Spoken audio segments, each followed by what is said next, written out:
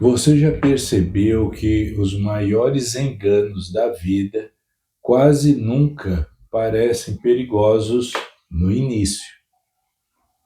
Quando alguém tenta nos enganar, normalmente não mostra suas verdadeiras intenções.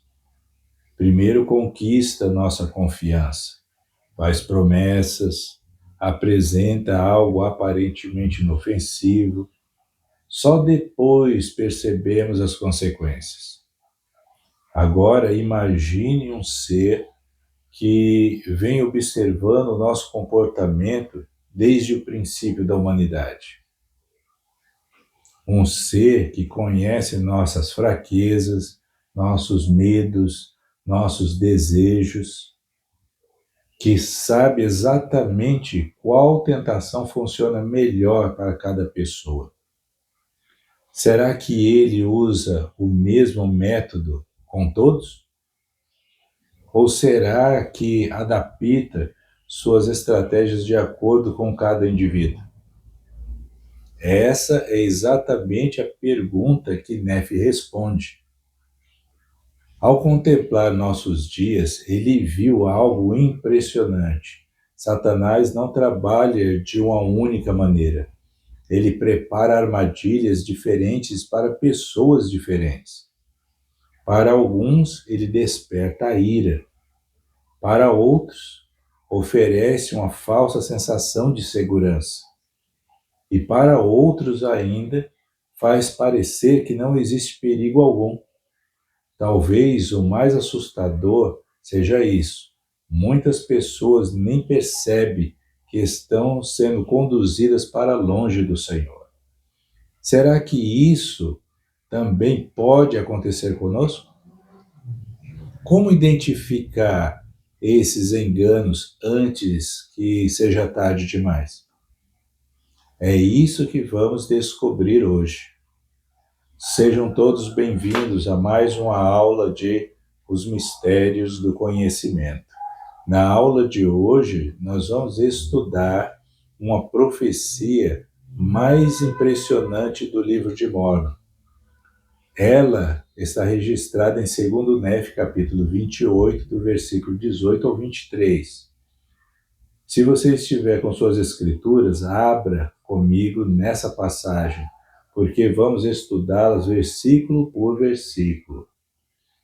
Comecemos pelo versículo 18. Lá fala assim: Mas eis que aquela grande e abominável igreja, a prostituta de toda a terra, por terra deverá cair, e grande será a sua queda. Antes mesmo de falar das estratégias de Satanás, Nefe faz uma declaração cheia de esperança. Ele ensina que tudo aquilo que se levanta contra o Senhor e contra a verdade terá um fim. Às vezes olhamos para o mundo e parece que a mentira está vencendo. Parece que a injustiça está prosperando, mas Nefe nos lembra que essa vitória é apenas temporária.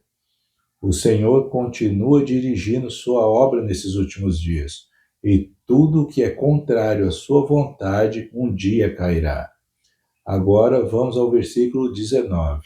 Lá fala assim: Porque o reino do diabo deve estremecer e os que a ele pertencem devem ser movidos ao arrependimento, ou o diabo agarrá-los-á com suas eternas correntes e serão excitados à cólera e perecerão. Percebam uma expressão muito importante, que é movidos ao arrependimento. Enquanto existe arrependimento, existe esperança. As correntes espirituais raramente surgem de uma única decisão. Elas costumam ser formadas por pequenas escolhas repetidas. Um pecado não abandonado, uma verdade ignorada, um mandamento deixado de lado. Pouco a pouco, aquilo que parecia insignificante transforma-se em uma prisão espiritual. Agora vamos analisar o versículo 20. Lá fala assim: pois eis que nesse dia ele se enfurecerá no coração dos filhos dos homens, e incitá-los a irarem-se contra o que é bom. Observe que Nefe não diz apenas que haveria pessoas praticando o mal. Ele afirma algo ainda mais profundo. Ele fala que haveria pessoas que passariam a sentir ira contra aquilo que é bom. E isso nos convida a refletir. Por exemplo, por que alguém se incomodaria com a verdade? Ou por que princípios corretos seriam rejeitados ou ridicularizados? Neff ensina que existe uma influência espiritual por trás desse comportamento. Agora chegamos ao versículo 21, talvez um dos mais conhecidos de toda essa profecia. Lá fala assim: e a outros pacificará e acalentará com segurança carnal, de modo que dirão: tudo vai bem em Sião. Sião prospera, tudo vai bem. E assim o diabo engana suas almas e os conduz cuidadosamente ao inferno. Existe uma palavra nesse versículo que merece muita atenção, que é cuidadosamente. O adversário normalmente não procura afastar uma pessoa do Senhor de uma vez. Ele faz isso aos poucos, quase sem que ela perceba.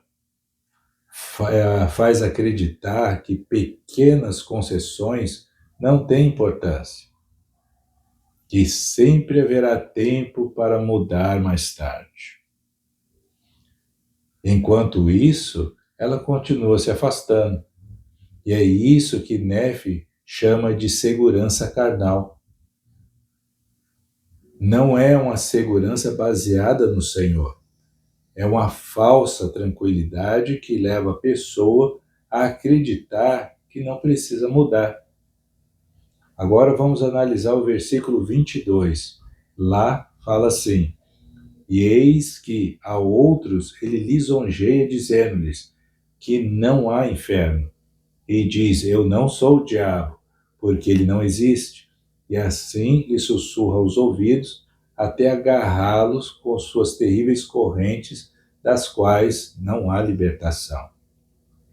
Que estratégia interessante! Se uma pessoa acreditar que não existe um inimigo espiritual, ela deixa de vigiar. Se acredita que não haverá consequência, também deixa de preocupar-se com suas escolhas. Nefe mostra que um dos maiores enganos é convencer as pessoas de que não existe motivo para permanecer espiritualmente alerta. Por fim, chegamos ao versículo 23. Lá fala assim: sim, são agarrados pela morte e pelo inferno, e a morte, o inferno e o diabo e todos os que assim foram dominados deverão apresentar-se diante do trono de Deus e ser julgados de acordo com suas obras. Daí deverão ir para o lugar preparado para eles, um lugar de fogo e enxofre, que é tormento sem fim.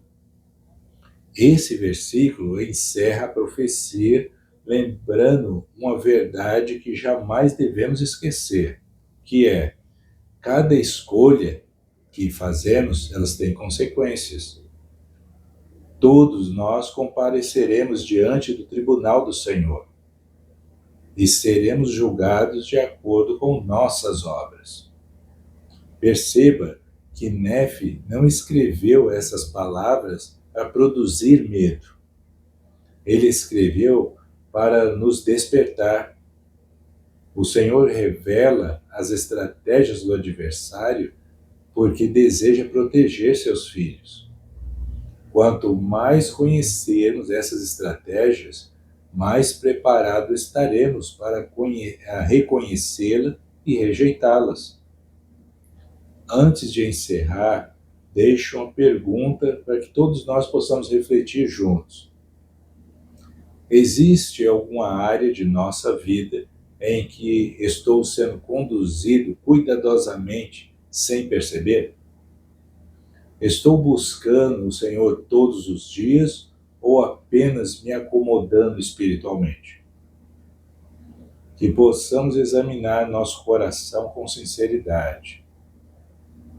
Fortaleza, força na fé e permanecer firme no Senhor, para que nenhum desses enganos descritos por Nefe encontre lugar em nosso coração. Muito obrigado por sua companhia. Que o Senhor os abençoe e até a próxima aula de Os Mistérios do Conhecimento. Muito obrigado pelo tempo de vocês.